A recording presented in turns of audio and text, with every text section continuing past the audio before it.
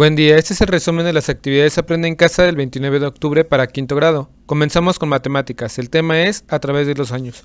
Comenzamos leyendo unas frases, el tiempo lo han analizado los poetas científicos y a lo largo de los años lo han introducido a ciertos ámbitos. Tom comienza a platicar que a sus amigos le han gustado las clases de este ciclo escolar. Le explican que ya se acerca el final de este primer trimestre. La maestra explica que el trimestre es una forma para medir el tiempo y hace referencia a 3 meses. Nos dice que hay muchas formas de medir el tiempo. Por ejemplo, un minuto es igual a 60 segundos, una hora son 60 minutos, un día 24 horas, un mes 30 días y un año 52 semanas, etc. El tiempo es relativo a la unidad de medida. Por ejemplo, nos vemos en un mes es lo mismo que decir nos vemos en 30 días. Aunque suene que es más tiempo, es lo mismo. Estas conversiones nos ayudan a tener una percepción del tiempo. Existen varias formas de percibir el tiempo. Tenemos que un año equivale a 52 semanas. Esto es lo que podemos dividir en partes de ellas. Por ejemplo, el ciclo escolar lo podemos dividir en bloques. Lo que hace un trimestre es igual a 3 meses. Anteriormente el ciclo escolar se dividía en bimestres, es decir, un bimestre es igual a 2 meses. Tom menciona que su prima va a la universidad y ella le ha dicho que la universidad se cursa por semestre. Lo que la maestra le menciona es que un semestre equivale a 6 meses. En otras escuelas usan el cuatrimestre, un cuatrimestre es igual a 4 meses. Un año es igual a 52 semanas, igual a 12 meses, igual a 2 semestres o igual a 4 cuatrimestres. Otros eventos que podemos decir con esta unidad de tiempo son ciclo escolar, estaciones del año y cumpleaños. La maestra realiza un ejercicio sobre la familia, empleando unidades de tiempo. Mi abuela nació en 1940 y vive en una casa que se construyó en el año de 1814. En caso, cuando iba a cumplir 18 años, tuvo 6 hijos. El primero nació 2 años después de casarse.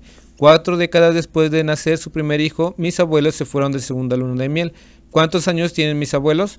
Tom contesta que si estamos en el 2020 y nacieron en 1940, su abuelo tiene 80 años, ya que tenemos que sumar cuántos años tiene de 1940 a 1950, de 1950 a 1960, de 1960 a 1970 y así hasta el 2020. Ahora recordemos que un siglo equivale a 100 años. Mi abuelo se casó al cumplir 18 años, eso quiere decir que se casó en el año de 1958. Su hijo nació en 1960. ¿En qué año fue su última luna de miel? Si 4 décadas son 40 años, más 1960, que fue el año donde fue su primer hijo, lo sumamos y nos da 2000. Es el año en el que se fueron de segunda luna de miel. Para seguir practicando, la maestra nos platica algunas pistas de sus familiares para calcular su edad. Mi primo Juan tiene 2 décadas, 3 lustros y 36 semanas. ¿Cuántos años tiene? Tom le ayuda a contestar 20 años, que son 2 décadas, más 15, que son los lustros, y los 36 meses, que son 3 años. Por lo tanto, son 38 años. Seguimos con historia. Vamos a ver la imagen de la página 35. Podemos ver algunos hombres y mujeres y tienen la boca tapada con un paliacate y también vemos una carroza. Según lo que se describe en esta imagen, estamos viendo una escena del crimen. Vamos a investigar en la historia. Ellos viajaban y su camino encontraron un tronco y al asomarse salieron hombres cubiertos y atacaron a las personas que estaban en la carroza. Podemos darnos cuenta que existía inseguridad en esa época. Movernos de un lado a otro era complicado y peligroso. En esa época no existían los carros ni aviones, así que todos los viajes se hacían a caballo, burro o a pie. Muchas veces los caminos eran veredas y estaban llenos de bandidos. Les robaban todas sus cosas, los trayectos eran larguísimos, la gente estaba acostumbrada a que se les rompiera una rueda. En el siglo XIX la mayoría de las personas viajaban poco, no era común hacer viajes a lugares distantes. En 1832 se escribió que antes hacían 2 días a caballo de Puebla a México. Ahora se sale a las 6 de la mañana y se llega a la noche a buena hora. Pero algo peor que todas las incomodidades eran los bandidos. En ese tiempo no había policías que vigilaran los caminos. Los asaltos en los caminos fueron cotidianos durante gran parte del siglo XIX. Es muy interesante saber que las condiciones políticas y económicas fueron, de alguna manera, factores que contribuyeron de manera importante a que se hubiera mucha inseguridad en la época. Vamos a la página 37. En este texto nos describe la vida de los mexicanos de esa época, cómo eran los viajes. Nos dice que viajaban en mulas, aunque los caminos estaban descuidados y por lo tanto no era posible ver los hermosos paisajes. En general, en el siglo XIX había mucha inseguridad, no existían cuerpos policíacos, los trayectos eran muy largos, además los caminos eran en pésimas condiciones. En la página 35, la pintura Asalto a la diligencia de Manuel Serrano, se puede ver el carruaje y sobre él hombres con la cara tapada, el jinete en la parte de abajo con una pistola, un caballero de traje sometido por la espada de un asaltante, en la parte de adentro una dama y afuera una pareja. El reto es el siguiente: en tu comunidad, ¿cómo le hacen para viajar y qué tipo de problemas se enfrentan al hacerlo? ¿Ves algún parecido con lo que sucedía durante la época que vimos durante la clase? ¿Cuál? Seguimos con lengua materna. El tema es el reto del conocimiento. En la clase vamos a aprender algo muy importante: identificar, seleccionar y organizar información. Vamos a poner en práctica todo lo que hemos aprendido. Vamos a comenzar con un juego. Tenemos que contestar preguntas. ¿Cómo identificamos un tema de interés? Mediante preguntas de lo que más nos interesa de un tema. ¿Qué es una palabra clave? Es la que encontramos en un texto que tiene relación con el tema con el que estamos investigando. ¿Cómo investigamos sobre un tema ya elegido? Primero redactamos las preguntas que queremos saber y después elegimos el tipo de fuente en la que podemos consultar. Si elegimos un tema sobre el calentamiento global, ¿en qué fuente podemos obtener información? Podría ser una página de internet confiable que hable sobre los efectos del calentamiento global. Mi maestra me pidió una investigación sobre historia. En la noche del 15 y 16 de septiembre de 1910, el cura Hidalgo inició la lucha. La segunda opción es: China es un país con una tradición milenaria. Y la tercera opción es: México es un país megadiverso y muy visitado por los turistas.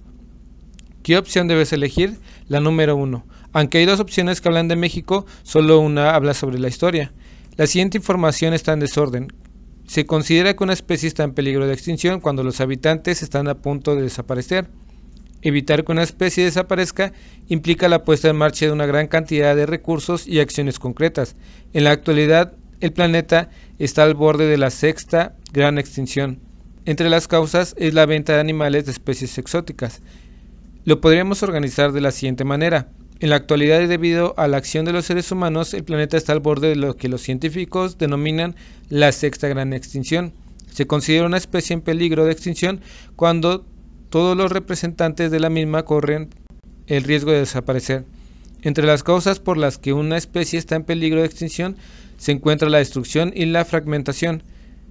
Y la última, evitar que una especie desaparezca implica la puesta en marcha de una gran cantidad de recursos y acciones concretas. Vamos a hacer un pequeño resumen.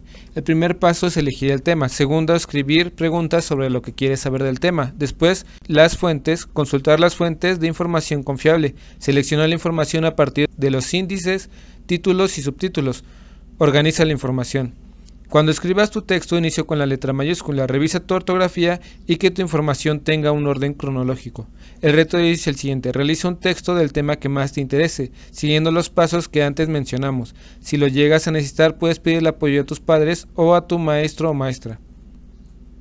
Seguimos con artes. El tema es tercera llamada tercera. El maestro nos explica todo lo que se tiene que hacer. Tanto el maquillaje, el vestuario, así como la escenografía son muy importantes. Los actores juegan con una ficción, haciendo que la persona que esté delante no sea el actor, sino el personaje. La maestra hace pruebas de cómo se vería su vestuario. También nos muestran el proceso de maquillaje a cámara súper rápida y el de vestuario. También nos muestran el proceso de vestuario y maquillaje del maestro. Nos muestran un análisis cuadridimensional de los personajes realizado por Leonel, un niño de primaria. Recordemos que el análisis cuadridimensional es el análisis de los personajes en todos los aspectos. El verdadero análisis cuadridimensional se hace sobre la marcha, no es necesario escribirlo. Los personajes son como una máscara que nos ponemos. Para poder interpretarlos requerimos de constante práctica. Estos personajes nos pedirán cómo caminar, cómo moverse en el espacio. Nuestra voz también es importante. Pero ¿cómo hacemos esto? A través de la observación, para después imitarlos.